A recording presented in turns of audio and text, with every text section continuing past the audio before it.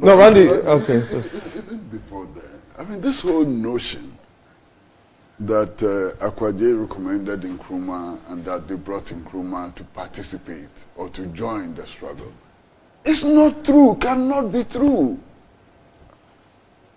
By 1947, when the UGCC... I mean, to join the UGCC. Yes, but not to start the independence struggle, because he was already keenly involved in the struggle for national independence. In fact, as a matter of fact, his involvement in the struggle for national independence predates the involvement of many of the members, the leading members of the UGCC.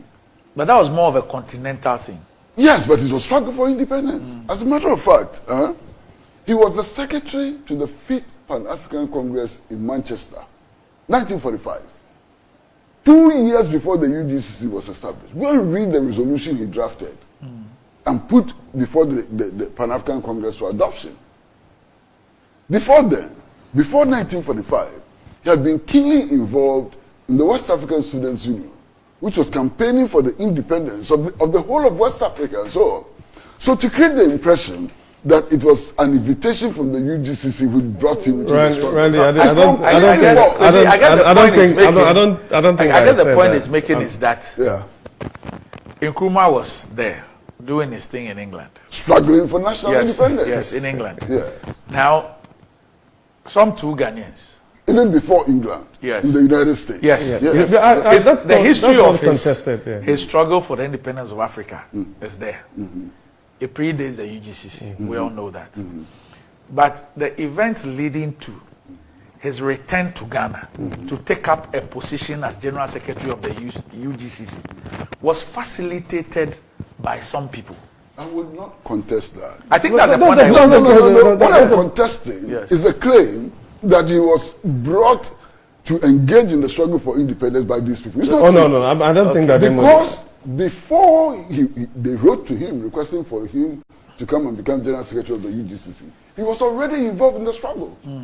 So his participation in the struggle was not facilitated by Pa Grant, Akwaje, and others. No, he's coming to Ghana to become General Secretary of the UGCC. Was facilitated. I will not contest that. Right. But one is extended to imply that his involvement in the struggle. But for that, he would not have been involved. Exactly. Okay. He was already involved at much higher levels than those in the UGCC. Then there's another point, a very controversial point, but I'll make it for the purposes of setting the record straight. Randy, because he has taken my time. I'll give it to you. I'll give it to you back. That's okay. That's okay. I think this point has to be made.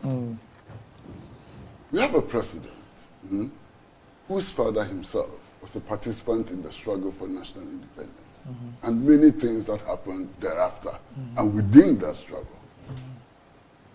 You have the president's father serving as a judge in a trial of persons who were accused of subversion.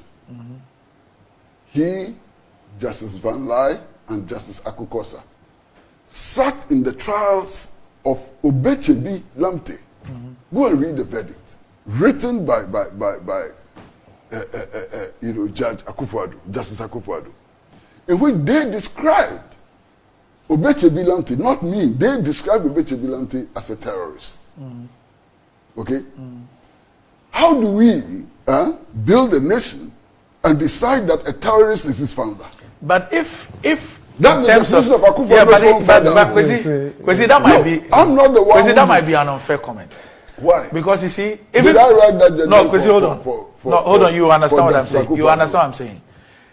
Even Dr. Kwame Nkrumah could have become a terrorist. He didn't. No, that's a fact. I'm saying he could have become whatever. That will take away the fact that he led us to independence. But you would feel very uncomfortable. Yeah, but it still won't change the fact. Well, I feel that discomfort. But you see, you understand? I feel that discomfort. So, Randy, I think that, like I said, based on some of the comments and all the things, the commentary and everything, it looks like there still needs a lot of work when it comes to healing this country and people who still feel very aggrieved and peeved by certain instances in our history. Now, for historical antecedents, these things happen everywhere. Even this whole conversation around liberation and people who are seen as liberators are also viewed in the eyes of other people as terrorists. There are organizations and persons who had actually been put on global terrorist watch lists because they're trying to liberate their people, right? And that's why, for me, I always take it as almost like a middle ground position. Even someone like Nelson Mandela was put into prison for actually treasonable charges because apparently there was a law, which was an apartheid law, that suggests that Mandela's attempt to liberate his own people was seen as an affront to a certain law.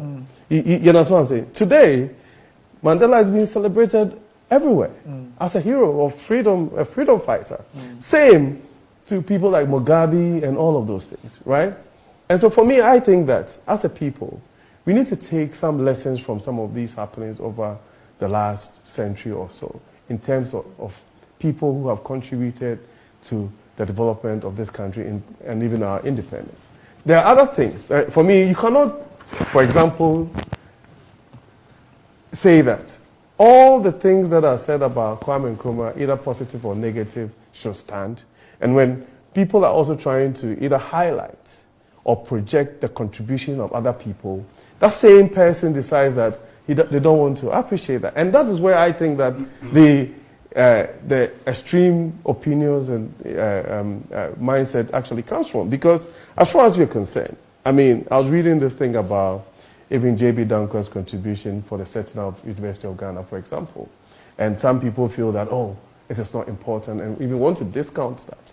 But there are clear documents that suggest that at a point, the British colonial authorities were thinking about setting up a university in the West African sub-region and were thinking of Ibadan. And J.B. Danquah actually debated and actually asked that it should come to Ghana. These are clear contributions. There are so many other people. This whole conversation around power grants and all the other personalities that Ako Kosa, I mean, all of these people that Kwesi has mentioned, are things, for me, I think that is something that we've also lost, I mean, or mistakes that we have made in terms of even how we curate some of these events and how this history is also told. Randy, briefly. Yes, briefly. so we can move on. You know, this is a fact that nationalist heroes like Mandela, even Ismail Haniyeh, who has just been assassinated by the Israeli security forces and so on, have been considered at one stage or the other as terrorists. That's a fact. But then don't you think that it would have been very strange for anybody in the anti-apartheid movement, in the League of Patriotic Citizens of South Africa, to have agreed with the USA and others that Nelson Mandela was a terrorist? Of course, yeah. Exactly. You understand? So it's not about being designated as a terrorist. If your enemy designates you as a terrorist, then, you know, there is cause to challenge the basis and so on. But I'm talking about Justice Edward Akufo-Addo declaring Obeche-Bilamte as a terrorist. Justice Akufo-Addo was not a CPP member. Justice Akufo-Addo belonged to the same camp as Obeche-Bilamte.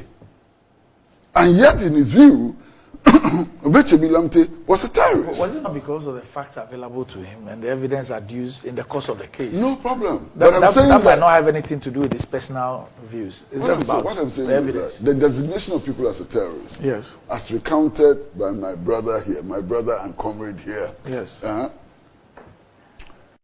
is based on allegiances, is based on alliances, is based on ideology, and so on. But in this particular case, it cannot be said to be so. This is a judicial decision by somebody who politically and ideologically was aligned to Obeche-Bilamte. That's the point I'm making. Okay. Randy, I just wanted to make a point. You know, Yes. a lot of these things happen at the height of the Cold War, right? Where there was almost like a a split between the East, the so-called East and the West, right? Where now at that time you realize that there was a lot of propaganda as well. There was a lot of clamor to take control.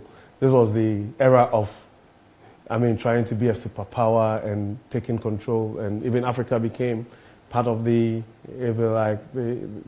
pie for people to take certain portions of, right? And all of these things, as far as I'm concerned, contributed to maybe a certain orientation, maybe a mindset, and the happenings at the time, right? You cannot take, even like Kwesi said, you cannot take out the ideological considerations, whereby there was a left socialist or communist orientation, and you had a liberal capitalist movement as well that was trying to take control over the world and be world superpowers. And all of these things happened.